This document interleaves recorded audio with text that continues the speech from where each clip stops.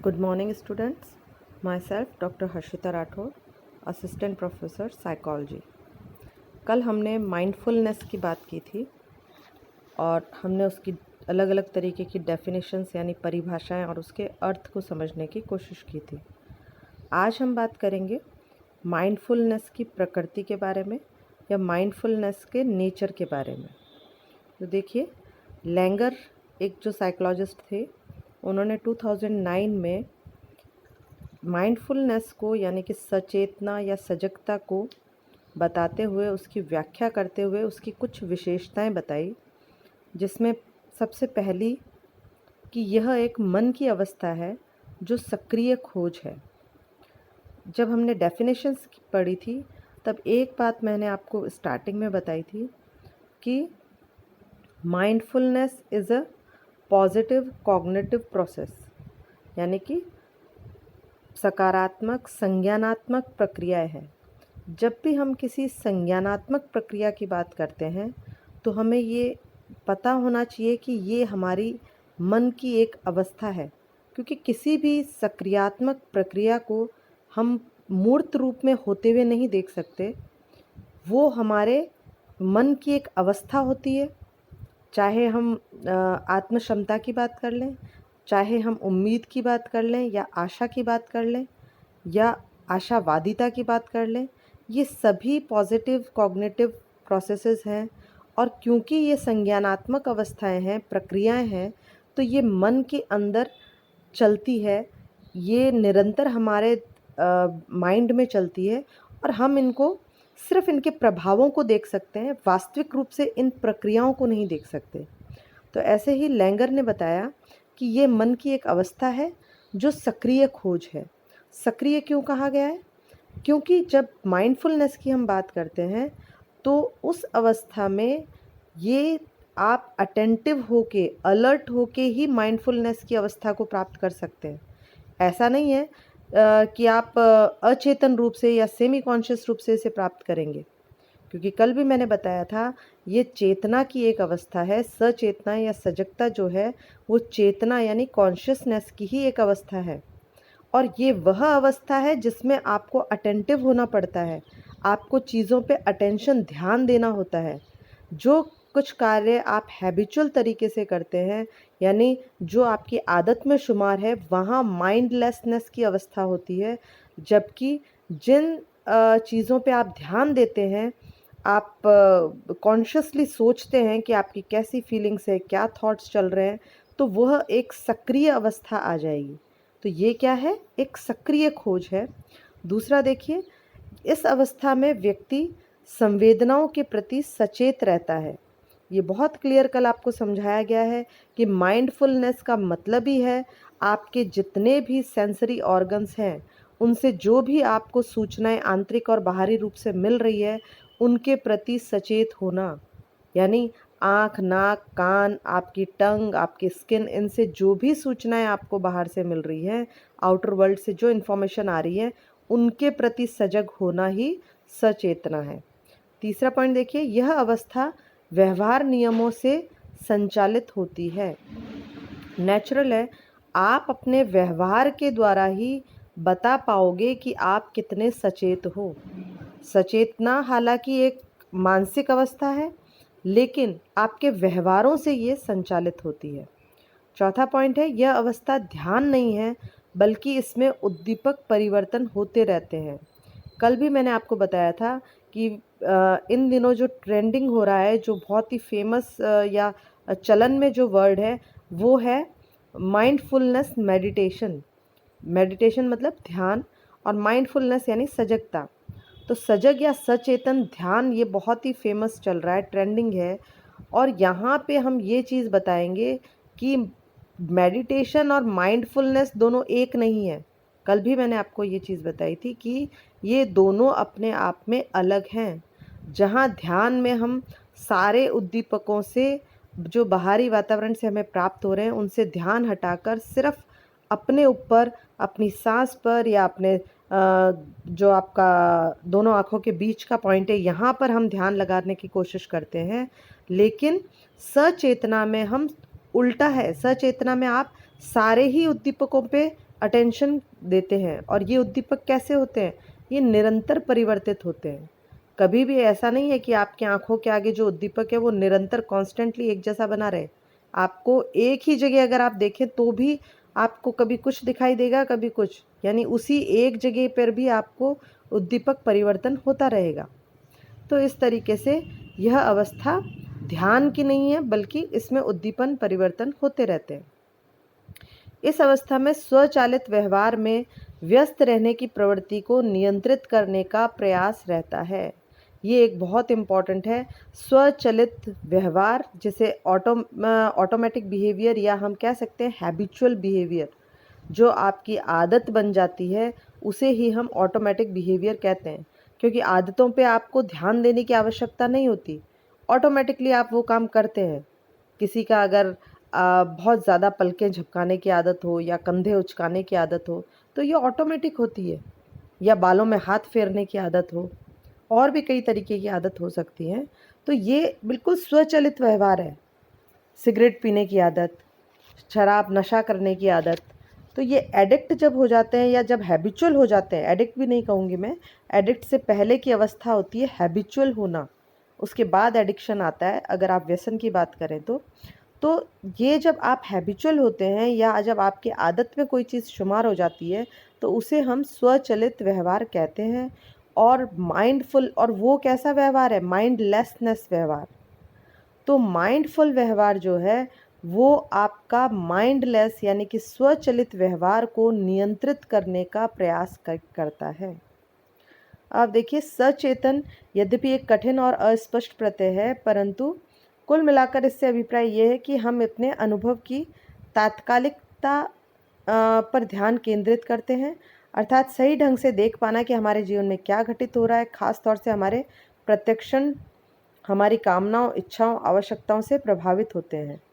देखिए, आप एक चीज़ बहुत अच्छे से समझ लीजिए कि सचेतना का तात्पर्य ही ये है कि आप अपने अनुभवों, अपने विचारों, अपने संवेगों, अपने संवेदनाओं और अपने जो मानसिक आपके विचार आ रहे हैं, थॉट्स आ रहे हैं, उन पर ध्यान केंद्रित करना, यही सचेतना है।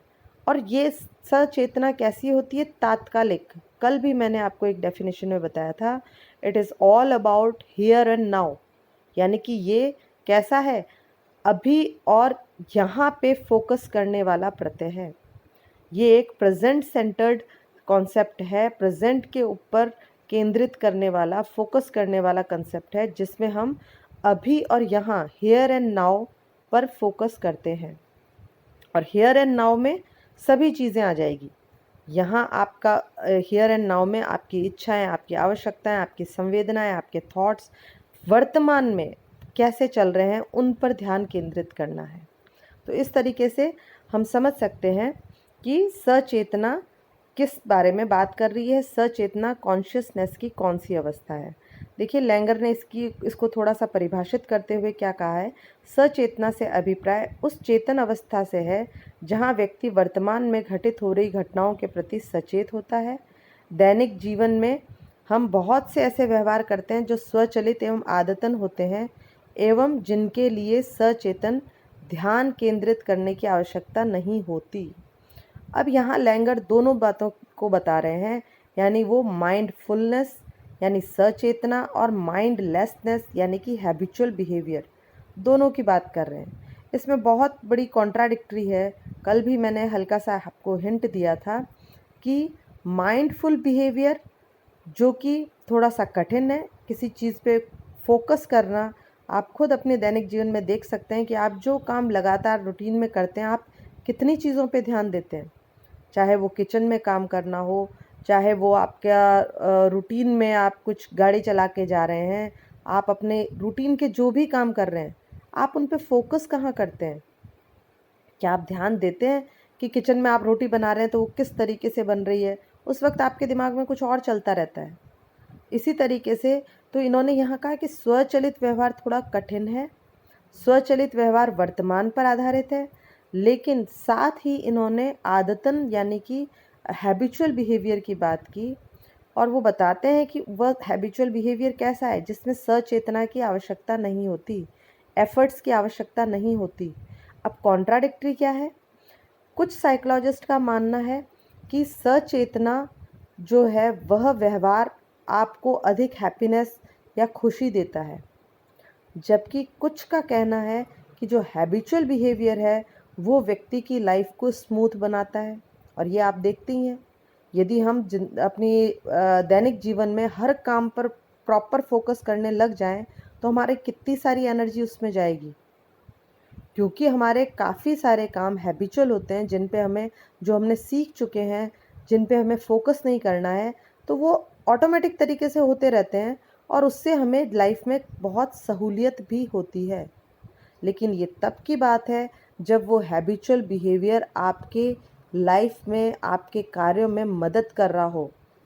यदि आपको सिगरेट पीने की आदत पड़ गई है, यदि आपको चिल्लाने की आदत पड़ गई है, यदि आपके अंदर ओसीडी जैसे, क्योंकि ओसीडी भी एक हैबिचुअल बिहेवियर हो जाता है, ऑब्सेसिव कंपल्सिव डिसऑर्डर, जिसमें निरंतर व्यक्ति एक ही काम करता चला जाता है। तो ऐसी अगर कोई चीज़ हो गई है जिससे आपकी लाइफ में परेशानी हो रही है, तो ऐसे हैबिचुअल बिहेवियर से आपको फ़ायदा नहीं होता, बल्कि पर्सनल डिस्ट्रेस उत्पन्न हो जाती है। और ऐसी पर्सनल डिस्ट्रेस को, इस तरीके के व्यवहारों को छोड़ने के लिए हमें माइंडफुल बिहेवियर की आवश्यकता होती है। तो देखिए, आगे हम जो पढ़ना चाह रहे हैं, स्वायत्तता यानी ऑटोनॉमी से अभिप्राय उपलब्ध विभिन्न विकल्पों में से किसी एक को चुनना होता है, जबकि स्वचालित व्यवहार बिना सोचे किए जाते हैं। अतः यह उपलब्ध में से किसी एक को चुनने की हमारी स्वतंत्रता को सीमित कर देते हैं। देखिए, बहुत इम्पॉर्टेंट चीज़ है, क्योंकि जैसे मैंने बताया इन दोनों तरीके के बिहेवियर में कॉन्ट्राडिक्टरी है। कुछ साइकोलॉजिस्ट जो ये मानते हैं कि स्वायत्त व्यवहार हमें सुविधा देता है, वहीं कुछ लोगों का ये मानना है कि स्वायत्त व्यवहार या ऑटोनॉमी जो स्वतः हो किया जा रहा व्यवहार है ऑटोनॉमिकली, उसकी वजह से हमारे पास जो कई अन्य विकल्प हैं, उन विकल्पों को चुनने की हमारी स्वतंत्रता सीमित हो जाती है। जैसे मैंने अभी आपको बताया कि यदि आप सिगरेट स्मोकिंग की हैबिट पड़ चुकी है, और स्मोकिंग की हैबिट की वजह से क्या है, आपकी कितनी सारी चीज़ें अफेक्ट हो रही है, लेकिन क्योंकि ये हैबिट पड़ चुकी है, ऑटोमेटिकली आप इस व्यवहार को कर रहे हैं। इससे चाहे आपको परेशानी हो रही है, फिर भी आप छोड़ नहीं पा रहे। यानी आप जो दूसरे और व्यवहार कर सकते हैं, सिगरेट छोड़ के कोई अच्छी आदत अपना सकते हैं, दिन भर में सिगरेट पीने में अपना जितना पैसा और टाइम वेस्ट करते हैं, उसके बजाय कुछ और कर सकते हैं, वो आप छोड़ नहीं पा रहे। यानी आप और जो विकल्प हैं उनको, आपकी जो चुनने की स्वतंत्रता है वो आपकी सीमित हुई जा रही है। एक प्रकार से स्वचालित व्यवहार आनुवांशिक आनंद के आरंभ बिंदु का कार्य करते हैं तथा परिवर्तन में संभावित बाधा उत्पन्न करते हैं। तो होता क्या है कि ऑटोनॉमिक जो बिहेवियर है, हैबिचुअल जो बिहेवियर है, वो आपको खुशी भी इसकी शुरुआत में ही देता है। यानी कि जो आप एक जेनेटिक रूप से, हम कोई भी व्यवहार जब शुरू करते हैं तो उसमें एक आनंद आता है, वो आनंद उसके आरंभ बिंदु पे ही मिलता है। लेकिन निरंतर आनंद पाने के लिए आपको परिवर्तन की तरफ जाना होगा, आपको माइंडफुल बिहेवियर करना होगा। यही कॉन्ट्राडिक्टरी है कि माइंडफुल बिहेवियर आपको निरंतर प्रसन्न या हैप्पी रख सकता है, आपकी हैप्पीनेस की फीलिंग को बढ़ा सकता है, जबकि हैबिचुअल बिहेवियर आपको सुविधा तो देता है और कई बार नहीं भी देता। जैसे मैंने कहा, जो गलत हैबिट्स पड़ जाती हैं वो आपको डिस्ट्रेस भी करेगी, लेकिन आप उनको छोड़ नहीं पाते, और न ही वो आप में प्रोडक्टिविटी की फीलिंग लाता है, न ही आपको आगे चलकर कोई हैप्पीनेस की फीलिंग देता है या कोई आनंद उससे आपको मिलता है। तो इस तरीके से उन्होंने ये बताया है कि स्वचालित व्यवहार कई बार अवांछनीय होते हुए भी हमें बनाए रखना पड़ता है, जैसे गुस्सा होना, नियंत्रण खो देना। और ऐसी स्थिति में या व्यवहार में आत्म परिवर्तन के लिए सबसे पहले इस बात को समझना एवं जानना जरूरी है कि पूर्व में ऐसे व्यवहारों को नियंत्रित एवं प्रभावित करने वाले कारकों से हम अनजान या अनभिज्ञ थे, और इस समय के बाद अगला कदम ऐसे व्यवहारों पर ध्यान देना है और उनको नियंत्रण करने के लिए प्रयास पर केंद्रित होता है। यानी आप ये समझ सकते हैं, mindfulness behaviour is the source of self control और सेल्फ रेगुलेशन। यानी हम अगर आत्मनियंत्रण और आत्मनियमन की बात करते हैं तो आत्मनियंत्रण आत्मनियमन तभी आ सकता है जब हम माइंडफुल बिहेवियर करेंगे। जब आपकी हैबिचुअल बिहेवियर की तरफ आपका ध्यान जाएगा तो सबसे पहले आपको ये समझना होगा कि मैं ये जो व्यवहार कर रहा हूँ या ये व्यवहार जब शुरू हुआ तो इसका कारण क्या था कि मैंने जिन इस व्यवहार को नियंत्रित किए जा सकने वाले कारकों पर ध्यान नहीं दिया था, और अब आप उन कारकों पर ध्यान देकर उन्हें बदल कर और आप अपने हैबिट्स को चेंज कर सकते हैं, आप अपने व्यवहार को नियमित और नियंत्रित कर सकते हैं। तो माइंडफुलनेस की जो सबसे बड़ी क्वालिटी है, यदि आपको सेल्फ रेगुलेशन और सेल्फ नियंत्रण करना है तो माइंडफुल बिहेवियर इज़ मस्ट। सचेतना या सजगता तात्कालिक वर्तमान पर केंद्रित है तथा हमारे सम्मुख कई संभावनाओं को खोलती है। जहाँ तक चैतन्य होकर स्वचालित व्यवहारों पर विजय प्राप्त कर सकते हैं या उन पर नियंत्रण स्थापित कर सकते हैं, यह एक ऐसी अवस्था है जो हमें अधिक स्वायत्तता की ओर ले जाती है और हमारे चैतन्य को विस्तृत करती है।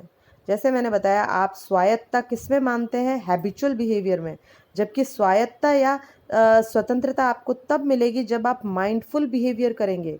किस चीज़ की स्वतंत्रता? To choose the alternatives of behaviour. आपको विभिन्न तरीके के व्यवहारों को चूज़ करने की स्वतंत्रता देता है माइंडफुलनेस। यदि आप एक ही तरफ चलेंगे, यदि आप हैबिचुअल बिहेवियर करेंगे तो बेसिकली वो दिखाई तो दे रहा है कि ऑटोमेटिक आप कर रहे हैं और उससे सुविधा हो रही है, लेकिन वो अल्टीमेटली आपको रिस्ट्रिक्ट कर रहा है, आपको रोक रहा है बाकी दूसरे व्यवहारों को चूज़ करने में। आपकी जो स्वतंत्रता है उसे वो रिस्ट्रिक्ट कर रहा है।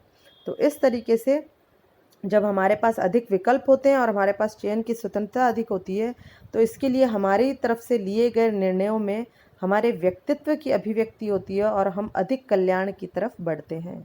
ये नेचुरल है कि जब आपके पास बहुत से ऑप्शन होंगे, आपके पास स्वतंत्रता होगी कि आप कौन सा ऑप्शन चूज़ करें, तो आप बेटर रास्ता चूज़ कर सकते हैं।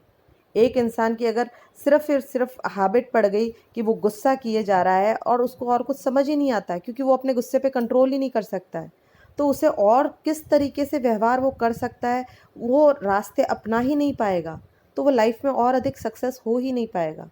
उसे अपनी इस आदत को छोड़ने के लिए सचेतना यानी सजगता या माइंडफुलनेस की तरफ जाना होगा, और माइंडफुलनेस की तरफ जाकर वो अपने व्यवहार को नियंत्रित कर सकता है, नियमित कर सकता है। तो इस तरीके से ये पूरा कंसेप्ट जो है सचेतना का, वो आपको लाइफ में ऑल्टरनेटिव्स चुनने की स्वतंत्रता देता है। Thank you.